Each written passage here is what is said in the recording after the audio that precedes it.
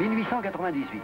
La mission Fourolami, forte de 1000 chameaux, 2 canons, 300 tirailleurs, spahis et chameliers, part d'Ouargla à destination du Tchad, qu'elle atteindra 2 ans plus tard.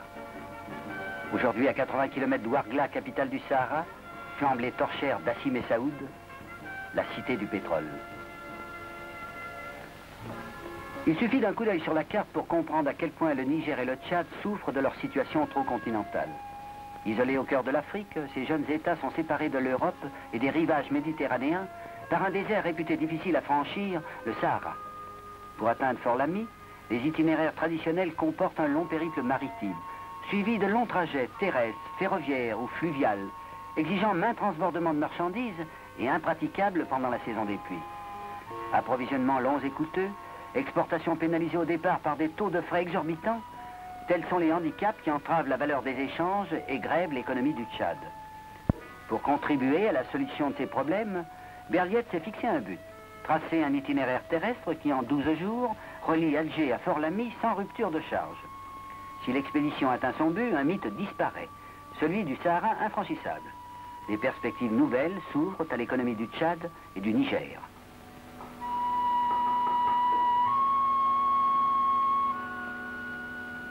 Moderne, forte de son expérience de l'année précédente au Ténéré, la mission Tchad part d'Ouargla le 23 octobre 1960.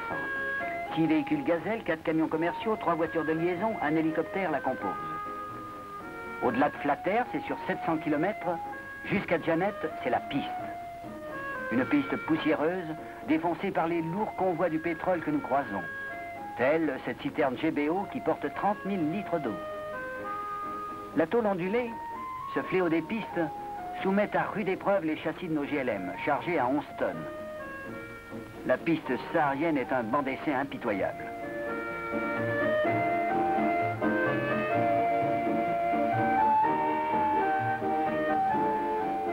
Le paysage devient lunaire. La piste se faufile entre les montagnes du Hogar au sud et le Tassili des Asgueurs au nord. C'est au pied de ces étranges tours de grès que nous bivouaquerons. La fameuse cellule d'exploration Berliet, expérimentée par la mission Ténéré, nous permettra de vivre au Sahara comme les passagers d'un paquebot en plein océan. Nous avons tout, de l'eau, des vivres, des liaisons radio à grande distance, un atelier et même un camion frigo. Le plus précieux de tous. Brusquement, sans prévenir, alors que nous contournions le Djebel Tazat, le vent de sable s'est levé. La tornade d'une violence exceptionnelle nous arrête en plein midi. Phare allumé, il fait nuit. La pluie se déchaîne, le convoi bivouaque sur place. On ne roule jamais dans le vent de sable. Au matin, le vent a cessé en même temps que la pluie. Sur plus de 100 km, la crue a tout emporté. La piste nouvellement refaite, les ouvrages d'art, tout est à recommencer. Dérision du Sahara où l'eau fait plus de dégâts que la sécheresse. L'Ouadi Rahar a coulé. Nos camions se transforment en véhicules amphibies. Dans le ciel délavé, d'une pureté exceptionnelle, la falaise du Tassili se profile sur l'horizon. Mais peut-on tenir rigueur à cette pluie bienfaisante, à cette manne tombée du ciel après tant d'années de sécheresse?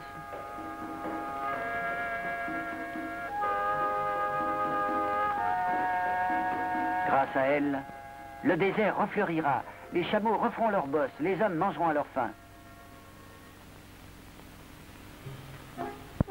Qu'il soit à chameau ou motorisé, le Saharien fait son bois.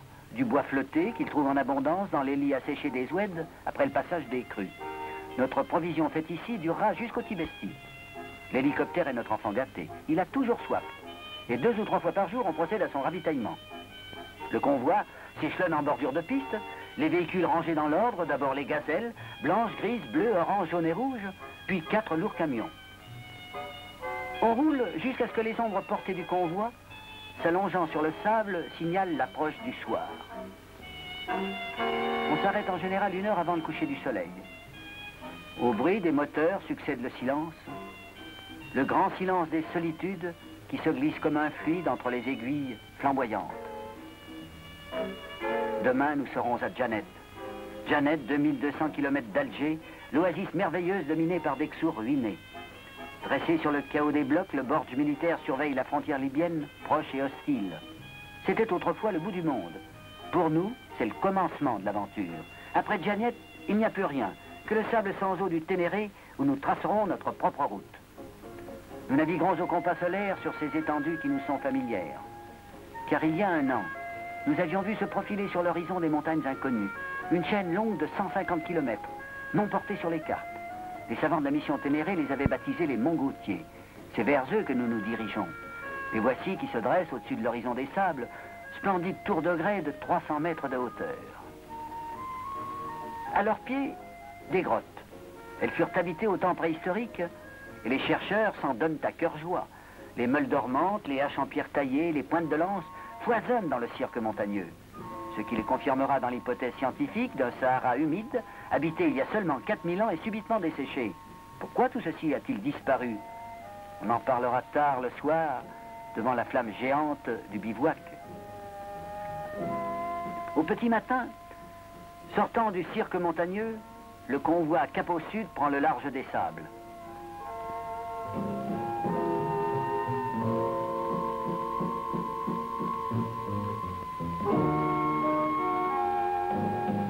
Après 2 jours de navigation dans le Ténéré, voici que, rompant la monotonie du reg, apparaît sur l'horizon la silhouette cristalline de l'Adrar Bous.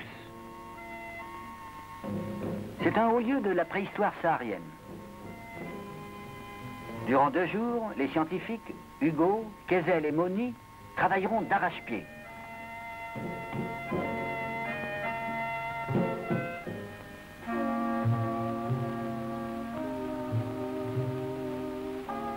« 80 km plus au sud, les grimpeurs de la mission décident de gravir le mont Greboun, une montagne mystérieuse, mythique, qui domine le Ténéré, dont on ne sait rien, sinon qu'elle serait le plus haut sommet de l'Aïr selon les Touaregs. Une cordée composée de Kezel, de Montangeran et de moi-même s'enfonce dans les canyons surchauffés où abondent les gravures rupestres. Les surprises seront nombreuses. C'est d'abord la découverte par Kezel d'un peuplement d'oliviers vieux de 6000 ans, des témoins vivants de l'époque humide du désert.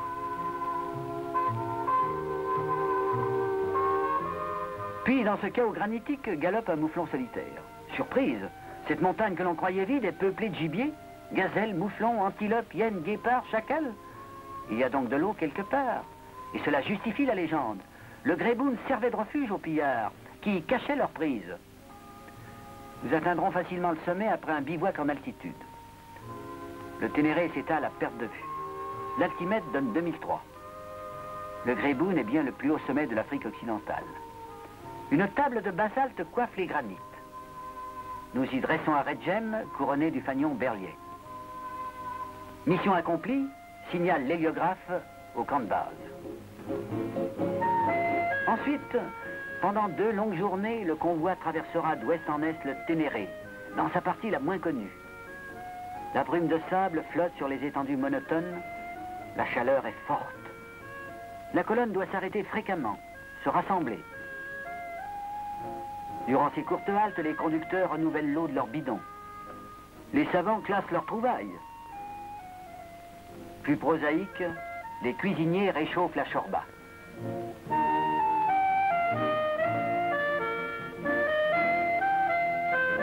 Puis on repart, naviguant au compas dans la calmie des sables. Lourde responsabilité pour le chef de mission qui fait sa trace, devant lui le néant. Aux heures chaudes, le relief disparaît. Mais dans son rétroviseur, il peut compter ses véhicules. Ils sont tous là. Son cœur se réjouit. Comme on aborde, après une longue traversée, la mission débouche sur un nouveau rivage. Ségadine est une misérable oasis à mi-chemin entre les Touaregs turbulents et les Tibous pillards. Maintes fois détruite, reconstruite, définitivement anéantie il y a 2 siècles, Ségadine n'est plus qu'une ruine, où vit une centaine de kenneries faméliques exploitant les salines de l'endroit. Une piste difficile la traverse qui, longeant le Ténéré, relie Bilma à la Tripolitaine. Mais les visiteurs sont rares. Plus rares encore les médecins. Et le docteur Cohen sera le bienvenu qui soulage tant de misère. Quant à la mission, c'est ici qu'elle renouvelle son carburant. De Ségadine au Tibesti, nous tracerons notre route. Entre les falaises rocheuses du nord et les barrières de dunes infranchissables au sud. Ces 500 km d'inconnu nous donneront la clé du problème. Si nous réussissons, le Tchad sera relié au nord par la plus courte des routes. Si nous échouons, il restera isolé au cœur de l'Afrique.